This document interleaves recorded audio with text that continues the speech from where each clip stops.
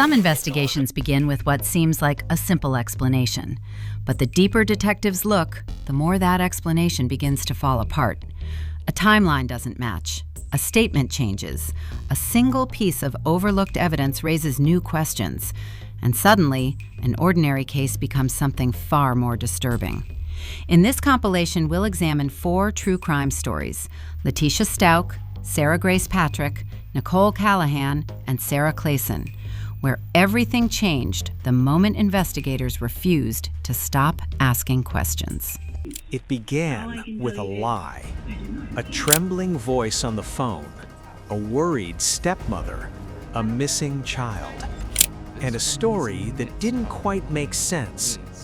But no one, not the police, not the neighbors, not even his own father, could have imagined the truth that was hiding behind that front door. Because this wasn't a kidnapping, this wasn't a runaway, this was something far darker. From the outside, the house looked like any other. A quiet neighborhood, kids going to school, a family trying to build a life. Letecia had married into that life in 2015.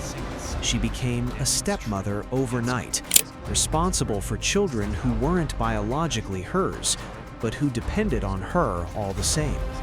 She was educated, driven, confident. At least that's what people saw. But behind closed doors, things weren't so stable. She struggled to hold jobs. She clashed with people around her. She often felt unappreciated, overlooked, burdened. And slowly, quietly, resentment began to grow. Not loud, not obvious, just enough to fester.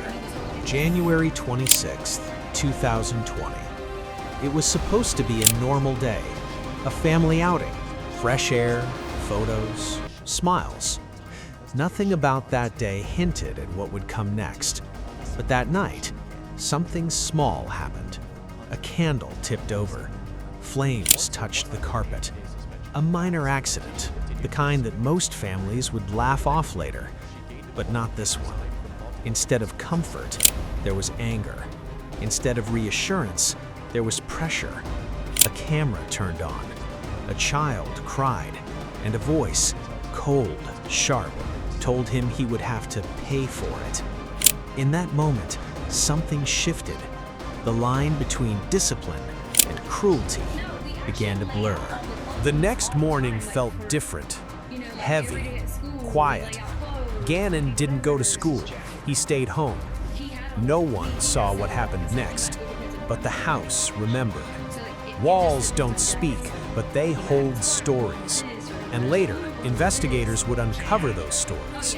Blood on the walls, blood soaked deep into the mattress, blood seeping through layers of carpet into the concrete below. This wasn't an accident. This was violence. Something had happened inside that room, something prolonged, something desperate.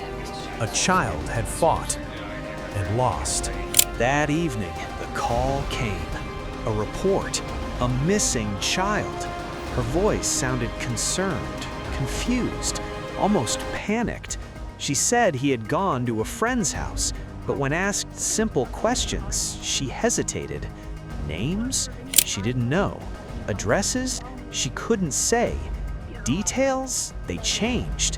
Still, the search began, because when a child disappears, you don't wait, you act. But while the world was searching outside, the truth remained hidden inside. The next day, something felt off. While others were organizing search efforts, she was making arrangements, renting vehicles, moving around, explaining things that didn't need explaining. Small inconsistencies. But investigations are built on small things. Why rent a car in the middle of a crisis? Why lie about where your own car is? Why focus on something so trivial when a child is missing? Each question added weight, and that weight began to tilt suspicion in one direction. When questioned, she talked, and talked, and talked. At first, it was one story. A man had come to fix the carpet. He attacked her. He took the boy. It sounded possible, until it didn't. There was no record of this man, no witness, no trace. So the story changed.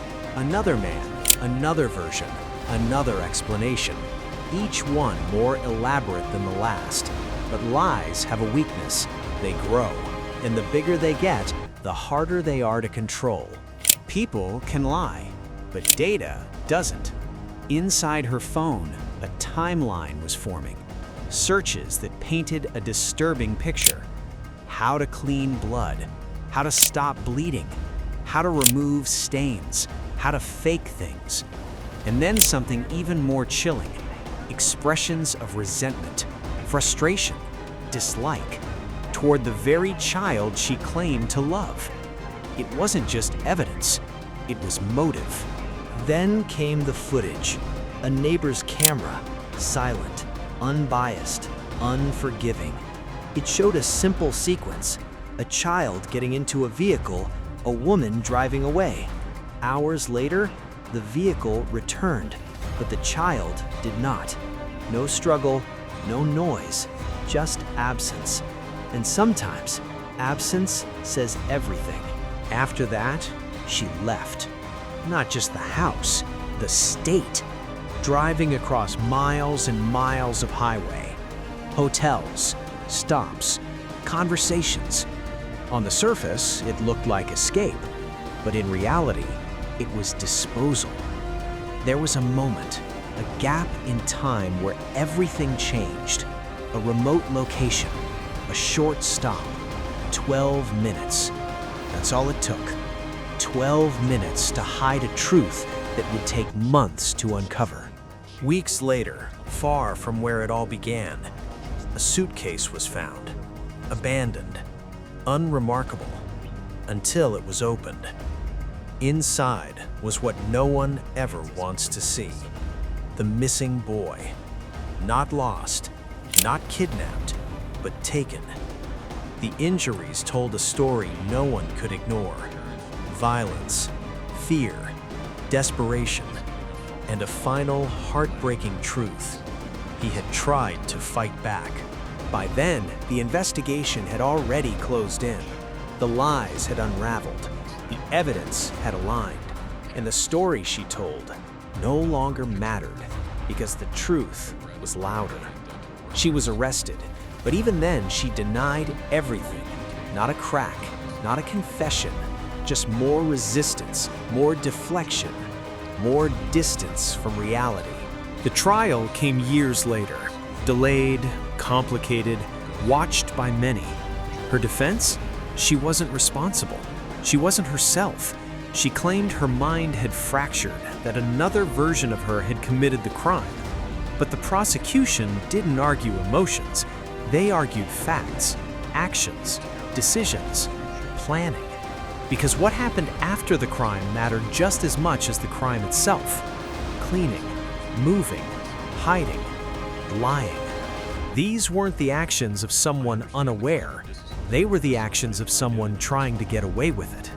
When the decision came, it was clear. Guilty on every count. The sentence ensured one thing: she would never walk free again. And in that courtroom, there was no victory, only silence. A child was gone, not because of fate, not because of strangers, but because of someone he trusted, someone who was supposed to protect him. And that is what made it unbearable. Not just the violence, but the betrayal. Evil doesn't always appear as something obvious. It doesn't always wear a mask. Sometimes it smiles. Sometimes it teaches. Sometimes it lives under the same roof. What turns a person into something capable of such cruelty isn't always one moment. It's the slow build of anger, resentment, and unchecked emotion. And when those things are left to grow, they don't just destroy lives, they erase them forever. If you searched Nicole Callahan's name online before the investigation became public, you would not find fear. You would find admiration. Old Facebook comments described her as an inspiration. Former students thanked her for believing in them when nobody else did. Parents called her patient, creative, and devoted to children. At Homeland Park Primary School in Anderson County, South Carolina, Nicole was known as the energetic kindergarten teacher who stayed late to help struggling students.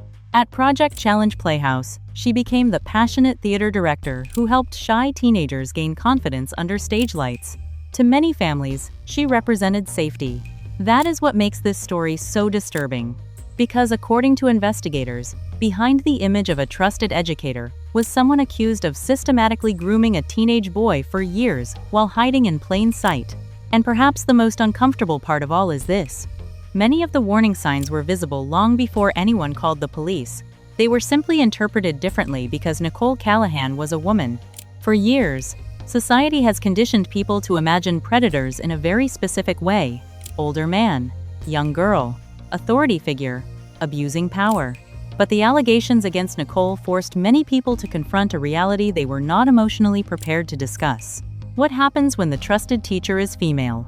What happens when the victim is a teenage boy? And what happens when society mistakes manipulation for kindness simply because it comes wrapped in a nurturing personality? Those questions now sit at the center of one of South Carolina's most controversial criminal investigations. According to prosecutors, Nicole first met Grant Strickland in 2021 during auditions for a production of Legally Blonde at Project Challenge Playhouse. Grant was only 14 years old. Friends described him as quiet and socially awkward. Theater became the first place where he truly felt accepted. Nicole quickly recognized that vulnerability. At first, everything appeared normal. Parents saw a dedicated mentor helping a teenager discover confidence. Nicole offered extra coaching sessions. She volunteered rides. She stayed involved in his daily life. She became available whenever the family needed help. And slowly, prosecutors argue, those gestures transformed into something much darker. Investigators later described the relationship as a textbook pattern of grooming. Not sudden, not reckless, but gradual, emotional, and highly calculated. The process allegedly began with access. Nicole reportedly signed Grant out of school repeatedly for theater-related activities. She drove him to rehearsals. She arranged private time together through programs parents trusted completely. To outsiders, it looked responsible. To investigators, it looked strategic. Because grooming rarely begins with obvious criminal behavior. It often begins with dependency. A teenager starts believing one adult understands them better than anyone else. The adult becomes mentor, protector, emotional support system, and eventually gatekeeper of affection itself. And according to prosecutors, Nicole carefully built that position over time. One recovered message later became especially chilling to investigators. Nicole allegedly described herself as a very good actress, adding that those skills were useful. That statement mattered, because prosecutors believe Nicole was not only manipulating a child, she was manipulating the entire environment around him. As her relationship with Grant deepened, Nicole reportedly shared stories about her failing marriage, family stress, and emotional struggles. Grant's mother began sympathizing with her.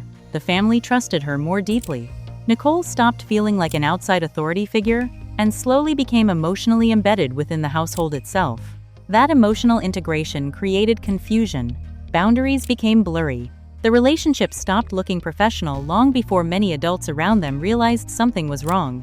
And prosecutors argue Nicole understood exactly how to use that confusion to her advantage. The case has also raised uncomfortable questions about gender bias. Many observers pointed out that if a 3-year-old male teacher had repeatedly isolated a 4-year-old girl, signed her out of school, driven her alone to private rehearsals, and maintained secret contact outside school hours, concerns likely would have emerged far earlier. But Nicole was a woman, and Grant was a boy. That combination created what some experts describe as a blind spot of suspicion. Even after warning signs appeared, many people struggled to interpret Grant as a victim. That reality became painfully clear later when Grant publicly stated, "I wasn't a man, I was a boy." The sentence spread rapidly online because it challenged one of society's oldest misconceptions about abuse involving male victims. Too often, teenage boys are expected to interpret exploitation as experience. They are told they should feel lucky. They are taught that emotional damage somehow matters less when the offender is female. Grant rejected that narrative publicly. He described confusion, depression, emotional dependency, and the feeling of losing part of his childhood before he was emotionally mature enough to understand what was happening. According to investigators, Nicole's control allegedly extended far beyond emotional attachment. When Grant's family eventually attempted to cut contact, prosecutors say Nicole adapted immediately. She allegedly purchased an Xbox specifically to continue secret communication with him online. The move shocked many people because it demonstrated persistence. The communication did not stop simply because boundaries were requested. Police later recovered approximately 12,000 messages from seized devices. 12,000. Investigators argue that number alone reveals the scale of the alleged manipulation. The messages reportedly included inside jokes, emotional language, pet names, and ongoing conversations maintained over years. But prosecutors also allege Nicole introduced Grant to alcohol, nicotine, and marijuana while they were alone together. Authorities believe those substances were not random recreational behavior. They allegedly became tools designed to weaken boundaries and normalize secrecy. Experts who study grooming patterns often describe this tactic as accelerated adulthood. A child is slowly pulled into adult behavior before they possess the emotional maturity to process the consequences. That distortion can create long-term confusion about consent, identity, and responsibility. And according to prosecutors, the effects on Grant became increasingly visible over time. School performance reportedly declined. Behavior changed. Family concerns intensified. Yet, despite those warning signs, adults and institutions allegedly failed to intervene effectively. That failure now sits at the center of multiple civil lawsuits connected to the case. Grant Strickland later filed lawsuits involving Anderson School District 5, Project Challenge Playhouse, and the Governor's School for the Arts and Humanities. One of the most alarming allegations concerns how Nicole allegedly checked Grant out of the Governor's School dormitory, despite not being a legal guardian. Critics immediately asked, how could that happen? Why were protocols not enforced? Why were so many unusual interactions normalized? The lawsuits argue that systemic failures allowed inappropriate access to continue far longer than it should have. And this is where the Nicole Callahan case expands beyond one individual accused of misconduct. It becomes a larger story about institutional trust. Schools, theater programs, churches, and mentorship organizations all depend heavily on emotional credibility. Communities survive because parents believe certain adults are safe around children. But cases like this expose how dangerous unchecked trust can become when accountability disappears. Some observers compared the investigation to other cases involving female educators accused of exploiting teenage boys, including the Laura Karen case in New Jersey. The details differ, but the underlying pattern remains disturbingly similar. Trusted women gaining emotional access to vulnerable boys, while surrounding adults struggle to interpret warning signs as dangerous. That comparison forced many parents to confront a painful realization. Predators do not always look frightening. Sometimes they look supportive. Sometimes they look compassionate. Sometimes they look exactly like the kind of mentor communities celebrate publicly. As the criminal investigation intensified, Nicole's public image began collapsing rapidly. She eventually resigned from her position. Authorities seized phones and digital records. Bond hearings revealed increasingly detailed timelines from prosecutors. Yet, even during court appearances, many people remained disturbed by Nicole's calm demeanor. Photographs showed her smiling, appearing composed, sometimes even confident. For critics, those moments symbolized emotional detachment from the damage prosecutors say she caused. Nicole's defense team emphasized that she had no prior criminal history. They argued she cooperated with investigators. They also revealed she was pregnant during the legal proceedings. But prosecutors argued none of those details erased the core allegations. Not the years of alleged manipulation, not the hidden communication, not the 12,000 recovered messages, and not the emotional impact described by Grant himself. Then, something unexpected happened. After Grant publicly shared his story, Safe Harbor, a nonprofit supporting abuse victims, reported a 38% increase in hotline calls from teenage boys in the region.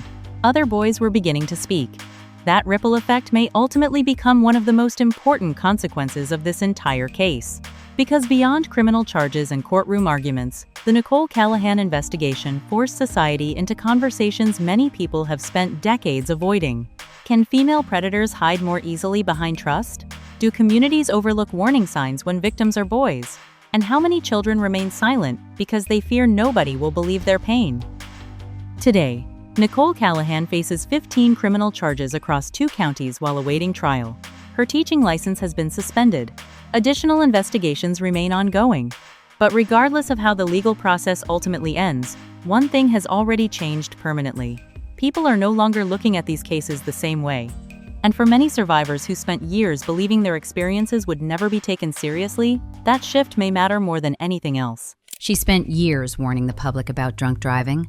She stood beside police cruisers in official safety campaigns. She explained investigations to reporters. She represented professionalism, discipline, and trust inside the Washington State Patrol. But on the night of March 1st, 2025, Sarah Clayson became the exact type of person she once warned the public about.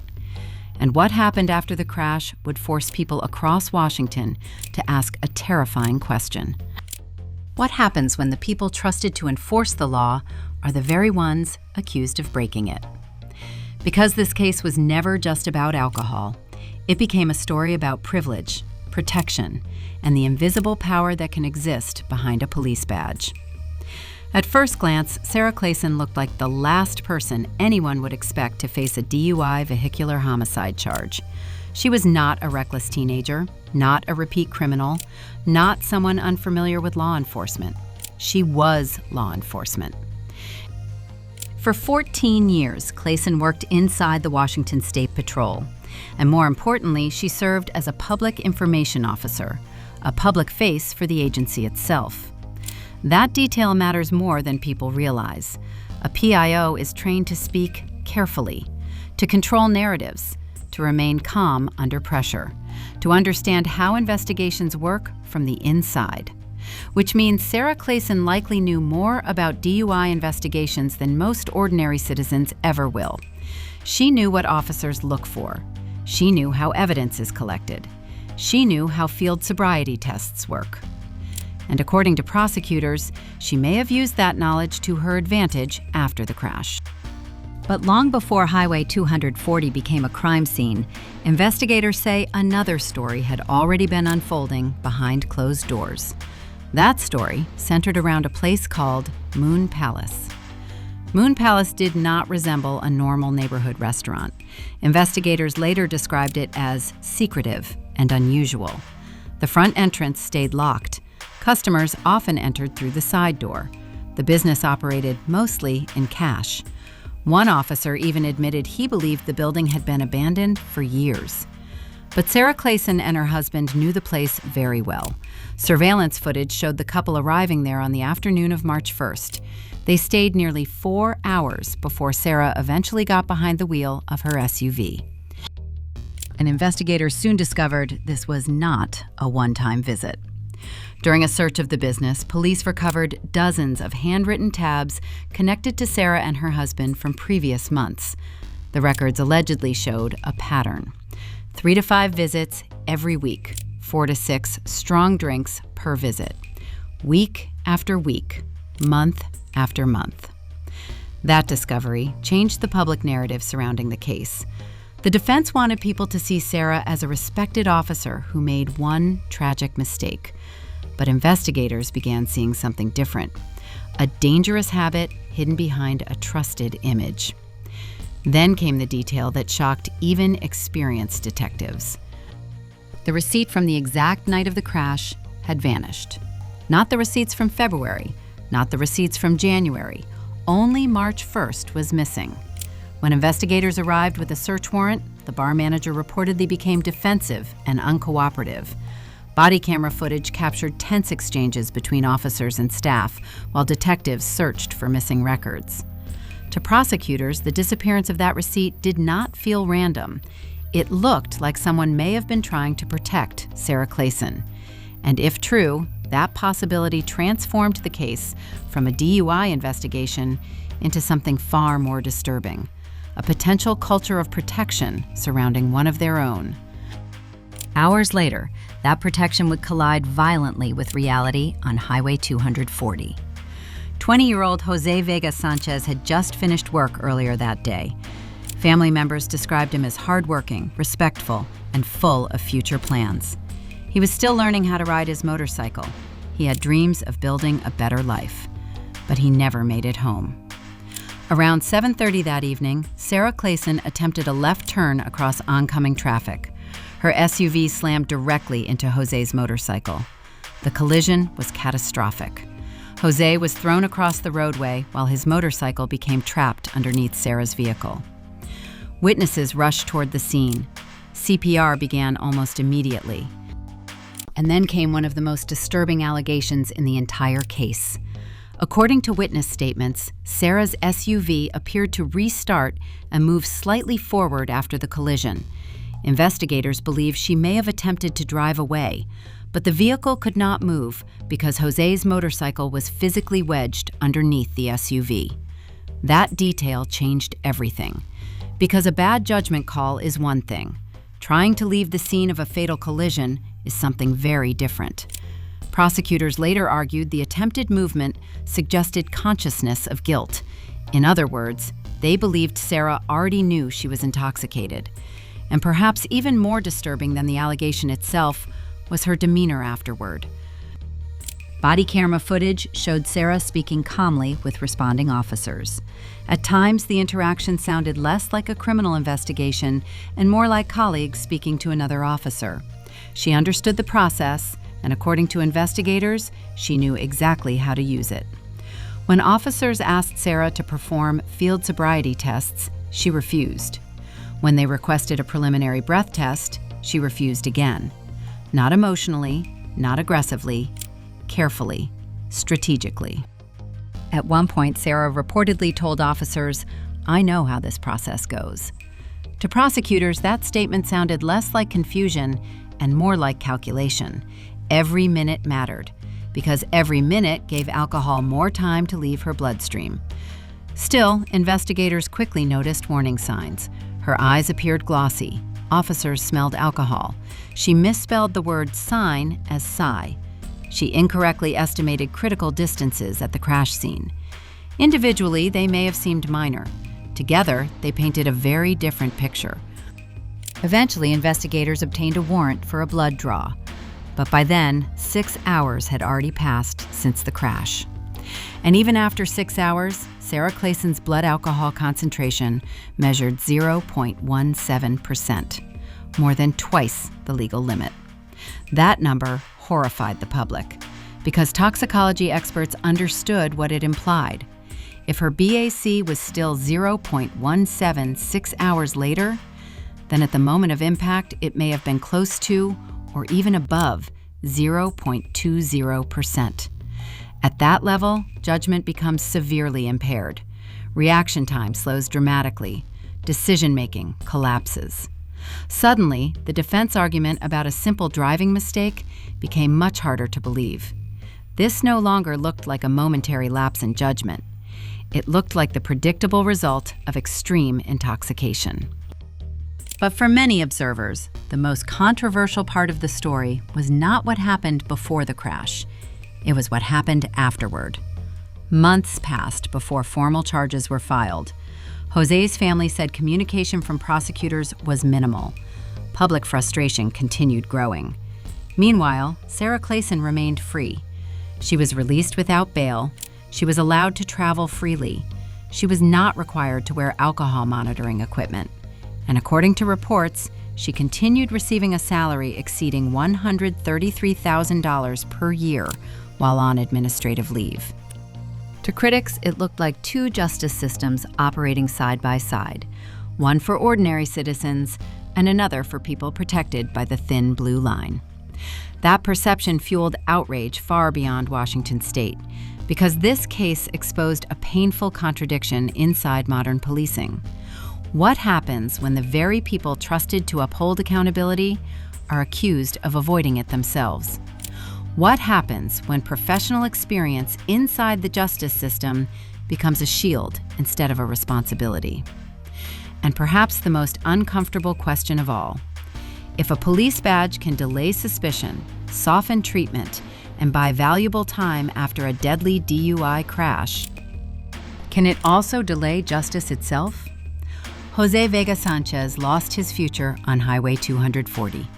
His family lost a son, a brother, a young man who never got the chance to finish becoming who he wanted to be. And now one question continues hanging over this entire case like a shadow. If Sarah Clayson had not worn the invisible protection of a badge behind her name, Would the system have treated her the same way? She smiled in court until the truth began to surface. She walked into the courtroom with a smile. At just 17 years old, Sarah Grace Patrick looked calm, composed, almost confident. To anyone watching, she didn't appear like someone facing multiple murder charges. In fact, she seemed convinced she would be going home soon. Her lawyers painted a familiar picture: a harmless teenager, a good student, a girl who couldn't possibly commit such a brutal crime. Her family supported that image. Her grandfather insisted there was no real evidence. Her father said she had never shown a single red flag. A pastor described her as faithful, kind, and deeply involved in church.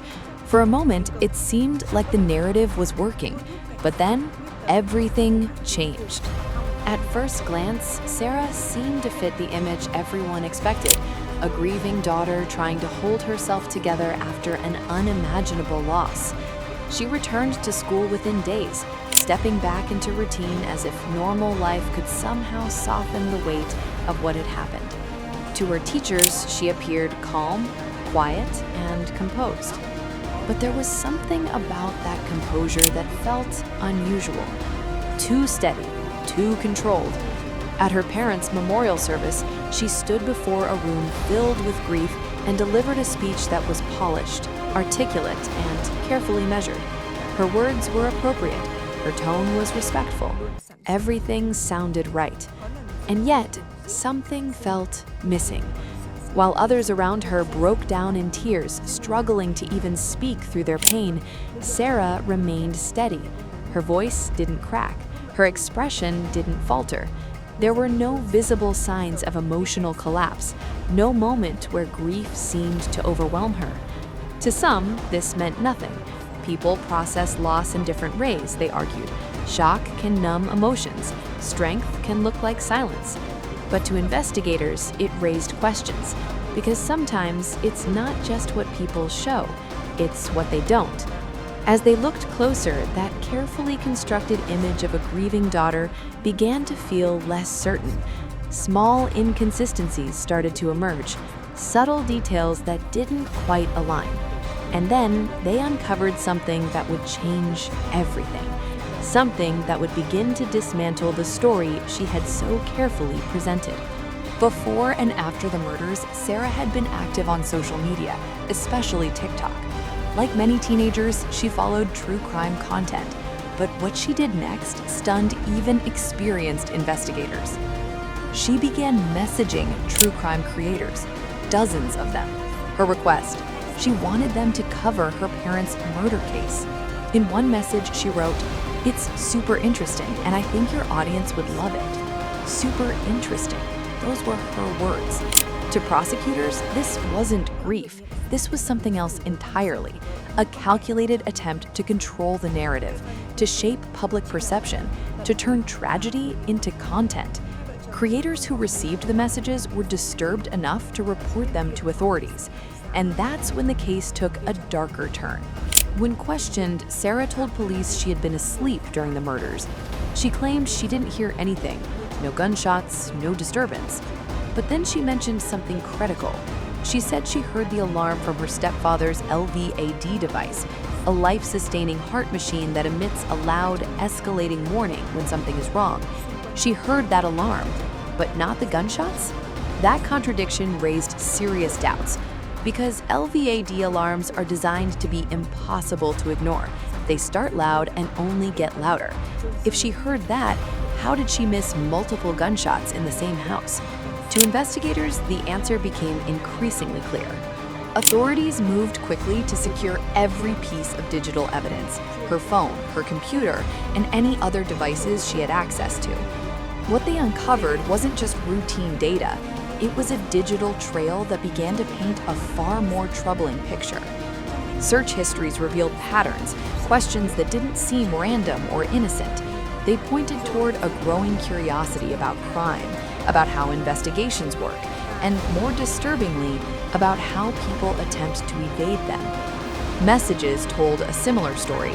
Beneath everyday conversations were moments of frustration, subtle expressions of anger, and signs of deeper emotional tension, particularly toward her parents. Individually, each detail might have seemed insignificant, but together, they formed something much more powerful. There were traces of intent, searches about forensic evidence, about what police can and cannot track, about how crimes are analyzed after the fact. These weren't the kinds of questions asked out of simple curiosity. To investigators, they suggested preparation, awareness, even calculation. Piece by piece, the narrative began to shift. This no longer looked like a sudden act driven by emotion or impulse. It began to resemble something far more deliberate, something thought through in advance. And with every new discovery, that possibility became harder to ignore. Sarah once again appeared confident. Her defense team brought forward witnesses, teachers, friends, guardians, all describing her as kind, respectful, and normal, someone who didn't belong behind bars. For a moment, it seemed like the court might be convinced. Then the prosecution called their witness. James Brock's sister took the stand. Through tears, she described the unimaginable pain of losing her brother. She spoke about the trauma inflicted on the children, especially the 5-year-old who found the bodies. She didn't ask for sympathy. She asked for protection. She begged the judge, "Do not let Sarah go." Then came a statement from a 12-year-old boy, James's son. He spoke about trust, about love, about betrayal. Why would she do this? The courtroom fell silent, and for the first time, Sarah's smile disappeared. After hearing both sides, the judge made his ruling. Sarah Grace Patrick would not be granted bond. She would remain in jail until trial. The charges were severe: multiple counts of murder, aggravated assault, and firearm possession during a felony. To the court, she was not just a teenager. She was a potential danger. Conclusion: more than just a true crime headline. This case is more than just another true crime headline. It forces us to confront uncomfortable questions. How well do we really know the people closest to us? Can someone appear completely normal while hiding something much darker beneath the surface? And in a world shaped by social media, how easily can reality be manipulated? If the allegations are true, this wasn't just a crime. It was a calculated act followed by an attempt to control the story that came after. This story reminds us that actions after a tragedy can reveal just as much as the tragedy itself. Grief has no single face, but neither does deception. In the end, truth isn't shaped by appearances, emotions, or carefully crafted narratives. It's revealed through evidence, consistency, and time. And sometimes, the most chilling part of a story isn't what people do, it's how calmly they believed they'll get away with it.